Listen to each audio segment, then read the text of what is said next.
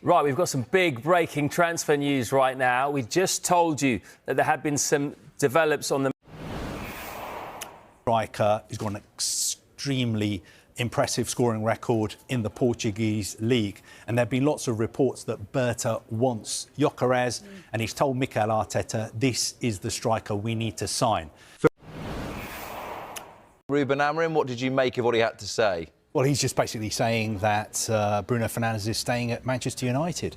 I think he gave quite a lot away in some of his answers. He made it obviously clear that he knows that Al Hilal are making this big push to sign Bruno Fernandes. We know they're willing to pay up to £100 million for him and treble his wages, pay him up to £700,000 a week. And Ruben Amorim made it clear that Bruno Fernandes has considered that offer, but has decided to stay at Manchester United because he's the United captain and he loves the club.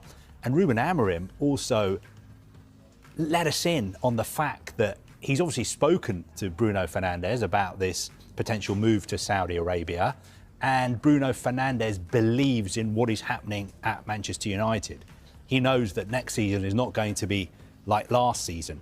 The people running the club have obviously told him about their plans, and he is happy to stay and be part of those plans and part of the process of transforming Manchester United. I mean, it's a big call for Bruno Fernandes because the money on offer is incredible. We've said all along, though, that Bruno Fernandes is not somebody who is motivated by money. And Ruben Amorim himself said it there, that he feels Bruno Fernandes is still a world-class elite player, and it is too soon for him to be moving, with all due respect, to the Saudi Pro League. Therefore, do you think that if a club, one of Europe's elite, were to show a strong hand to want to bring Bruno Fernandes, that he might be a little bit more easily convinced than he is than going to Al Hilal?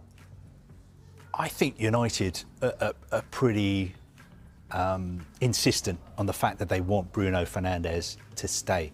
I think you could look at this and say United have got financial problems. He's 30, he's going to be 31. Why not cash in on him? They've missed out on the Champions League. But I think Bruno Fernandes is integral to Manchester United now. When they go on tour to Hong Kong and Malaysia, the fans want to see Bruno Fernandes. He's the star attraction. He's their best player at the moment. And I know Matheus Cunha is coming in as well, but it would be a massive blow if he was to leave. Now, he's got 2 years left on his contract. He signed a contract extension last summer. 2 years left on it to 2027, plus the option of another 12 months. So if Ruben Amorim is to be believed, and why would we not believe the Manchester United head coach, Bruno Fernandes is not going anywhere.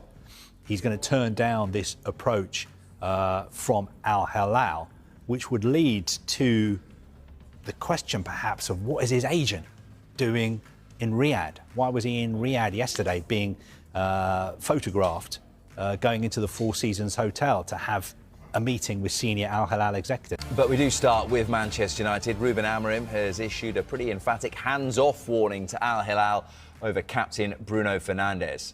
Al Hilal are willing to make Fernandes one of the best paid players in the world and pay United £100 million to sign him. Around half an hour ago, Amorim held a news conference in the aftermath of their post-season friendly in Hong Kong. This is what he said when asked whether Fernandes had just played his final game for the club. I don't think so. I don't know for sure. Nobody knows, but I don't think so. I think Manchester United's move for Viktor Gyökeres is now 80% complete, with negotiations accelerating ahead of the summer window. A €70 million fee has been verbally agreed with Sporting CP, leveraging a pact between the player and club that allows him to leave for a reduced €65 minus €70 million instead of his €100 million release clause.